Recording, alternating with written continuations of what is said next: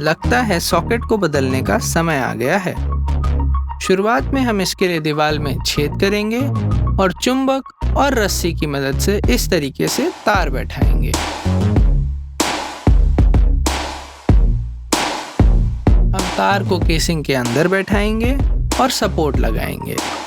इसके ऊपर लगाया ढक्कन और अब हम इलेक्ट्रिक शेवर को चार्ज कर सकते हैं। होने वाले तार स्टोरेज के लिए दीवार में एक छेद बनाएंगे। एक्स्ट्रा सामान हटा देंगे, फिर नीचे और ऊपर 2 लकड़ी के ब्लॉक स्क्रू से जोड़ लेंगे, कुछ इस तरह। अब इन ब्लॉक्स पर कंटेनर बैठाएंगे, तार को अंदर से तानेंगे और उन्हें सटीक बैठाने के लिए हैंडल से इस तरह कस लेंगे। अब लगाया ढक्कन और तैयार। शेविंग फोम व्यवस्थित करने के लिए एक्सटेंशन कॉर्ड बहुत अच्छे से इंसुलेट करता है। एक्सटेंशन कॉर्ड के पीछे की फोटोकॉपी बनाएंगे और अब स्क्रूओं को उन पे जोड़ेंगे। बहुत आसान। वेट वाइप्स के इस हिस्से को गोंद की मदद से सॉकेट पर लगाया जाए तो उसे धूल धक्कड़ से बचाया जा सकता है। स्टेशनरी ब्लेड से तार को छीलना बहुत आसान हो जाता है। इसी तरीके से कंघी, ब्लेड, स्क्रूज और वॉशर से बना सकते हैं। बहुत सरल है। मुड़ी तार सीधी करने का तरीका। अब देखते हैं कैसे तारों को जोड़ा जाए। उन्हें एक साथ लाएं और घुमाएं। अब कस कर बाइंडिंग तार से जगह को घेर लें और तैयार। अगर खुले तार को दूसरे की ओर लपेटा जाए तो ये बहुत मजबूत नहीं होता। इससे बेहतर है तार बांधने का हमारा तरीका इस्तेमाल कीजिए।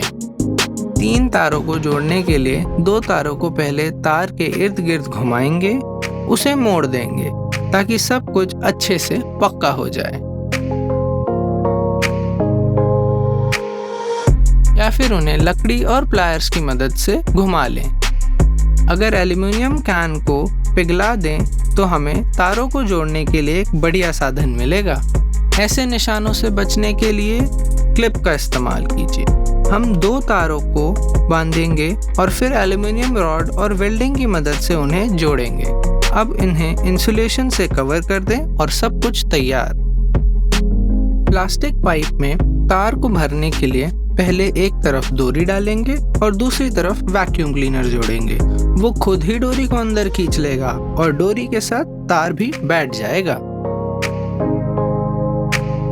2 प्लास्टिक पाइप को जोड़ने के लिए हम ऐसे काटेंगे और एक पाइप को दूसरे में इस तरीके से घुमाएंगे।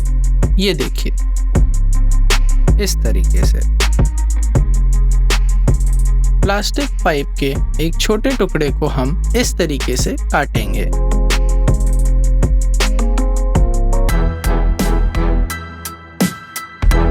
और उसे एक स्क्रू की मदद से दीवार पर लगा देंगे और हमारा पाइप रखने का जुगाड़ तैयार।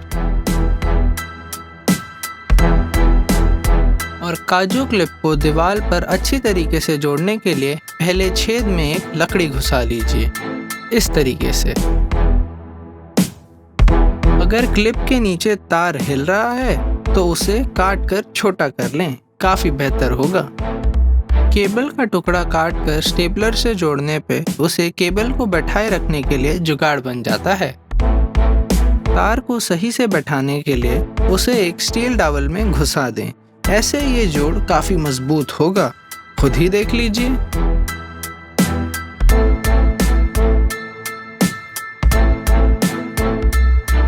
यहाँ एक और सरल तरीका है 2 तारों को जोड़ने का। उन्हें डावल में डालें और प्लायर से पकड़कर बंद कर लें। है ना आसान? अब हम सही तरीका दिखाते हैं कैसे एक साथ कई तारों को स्विच से जोड़ा जाए। पहले उन्हें ऐसे घुमाएंगे।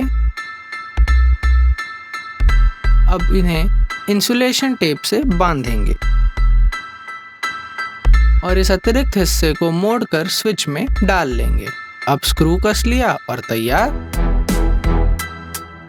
टॉर्च को चश्मों पर टेप से जोड़ के हम आसानी से अंधेरे में काम कर सकते हैं। इंसुलेशन टेप स्विच को ब्लॉक करने का सबसे अच्छा तरीका नहीं है। उसके लिए इस तरीके का उपयोग करें। तार को लगाने के लिए प्लायर्स लेकर उन्हें इस तरीके से मोड़ने की कोशिश करें।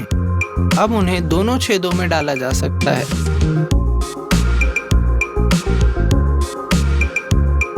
दरवाजे से गुजरने वाले तारों को नुकसान ना पहुंचे, इसके लिए प्लग को खोलें, तार को स्टील होज में भरें, तारों को घुमाएं और फिर प्लग को वापस लगा लें।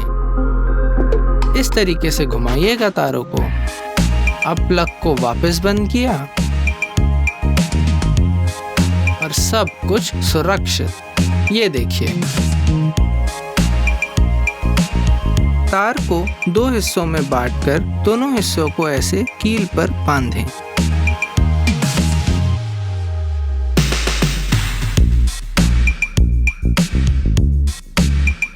इन कीलों को बांधने के बाद हम इन्हें एक लकड़ी पर बिजली टेप की मदद से बांधेंगे। अब हमने खुद से एक प्लग बना लिया है। ढक्कन में एक छेद बनाएंगे, तार को छेद से डालेंगे और सॉकेट में लगा देंगे। अब लगाया बल्ब, बरनी की बंद, लगाया सॉकेट और सब कुछ तैयार।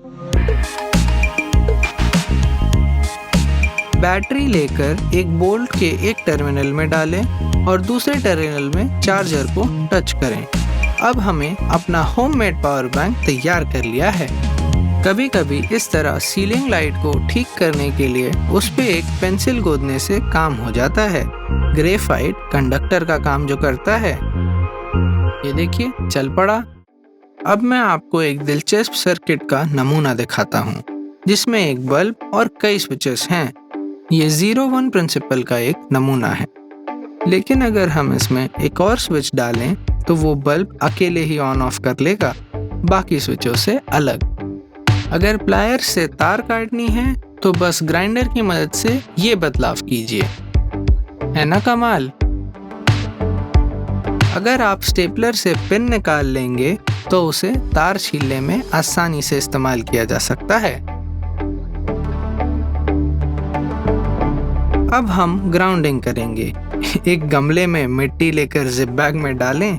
मिट्टी वाला बैग इलेक्ट्रिक पैनल के डोर पर चिपका देंगे और नंगे तार को अंदर रख दें।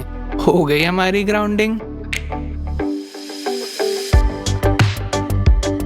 कैथेटर नीडल्स लेकर एक्स्ट्रा हिस्सा को काट लीजिए और फिर लाइटर और ब्लेड की मदद से बचे हुए प्लास्टिक को हटा लीजिए।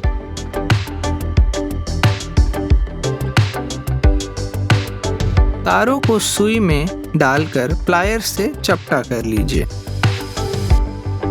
उन्हें लकड़ी और बिजली टेप के साथ चिपका लीजिए और तार की दूसरी छोर पर बैटरी लगा लीजिए।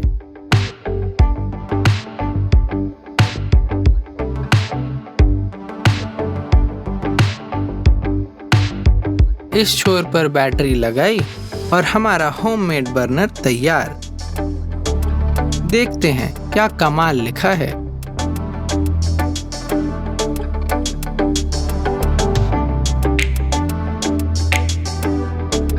अरे लाइक करना मत भूलिएगा।